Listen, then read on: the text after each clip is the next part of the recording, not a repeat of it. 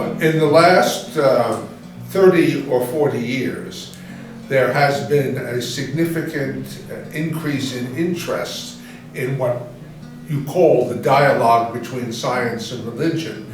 And it has become an important feature of academic life, but also in public discussions in the press and so forth. This is especially true because in our culture, the role of science has a dominating role. We live in a culture in which the authority of science, the discoveries of science tend to dominate discussions and provide the categories of analysis into which all other areas of human life need to be inserted or fitted in some way, including religion. So when we talk about the dialogue between science and religion, we need to remember that without the role of philosophy, that is, that without the role of systematic thinking about the nature of science and the nature of religion, we're not going to have much of a dialogue, because the vocabulary of science, of contemporary science, and the vocabulary of religious belief, although sometimes we use the same words, they don't mean the same thing because they're used in quite different contexts. And too often people think that science is the master determiner of the truth of things. But by science, they have a kind of narrow notion. Such a view has a sort of a narrow notion of science, a science which is limited to experimental observation, to mathematical formulations, and so forth. But if we look at the very origins of the concept of science, it's scientia in Latin, which literally means knowledge. In Greek, the word is episteme, which also means knowledge. So that traditionally science refers to a systematic body of knowledge about a given subject in terms of causes. So in such a notion of science, not only what we do today is science, but all areas of human inquiry, ethics, logic, metaphysics, grammar, are all sciences in the traditional sense of the term, namely a systematic body of knowledge about a given subject.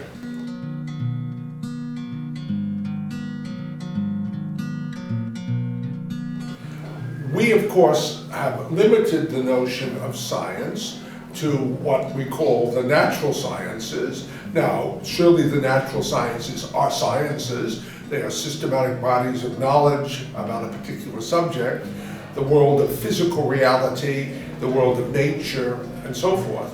But we need to remember that reason and science in the broader sense, knowledge, systematic knowledge about a given subject, that reason gives us insight into more than just what the natural sciences tell us about, the contemporary natural sciences tell us about the world. So we need to recognize, so one of the problems in the dialogue between science and religion is to overcome the tendency, the presupposition to think that the contemporary natural sciences include all of what we mean by knowledge. And if they include all what we mean by knowledge, that excludes theology, it excludes philosophy, it excludes ethics from the category of the arena of knowledge. And that we tend to reduce the notion of knowing simply to what the natural sciences tell us about the world. And that's in part because of the tremendous authority of the modern natural sciences, the great discoveries, and the application of those discoveries to ordinary life. So if we're going to have a dialogue between science and theology, we have to avoid the view that the natural sciences embrace all that reason tells us, and the other areas of discourse, philosophy, theology, religion, are simply matters of opinion, and that they need to be challenge these matters of opinion by an appeal to what the natural sciences tell us about the world. So one of the problems often in what we call the dialogue today is the failure to reflect philosophically on the questions of the limitations of the natural sciences, as well as their great accomplishments, but a recognition that the natural sciences are not the only avenue to an understanding of the world.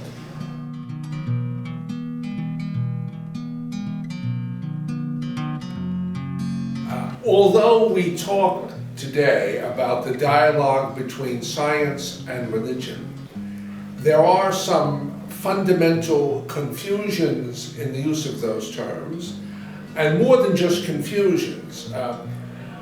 I think if there's going to be a dialogue between science, bodies of knowledge about the world, and something called religion, where mixing apples and oranges, in a way.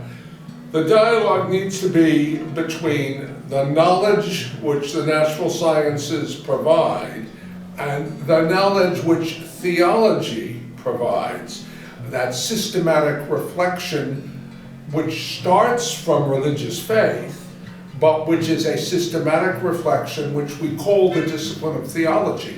And this would be theology from Islam, or theology for Judaism, or theology for Christianity, or perhaps better, theologies.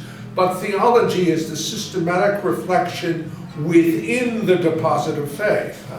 So if one is going to talk about a dialogue between X and Y, between science and something else, which is often called religion, we need really to have a dialogue between science and theology.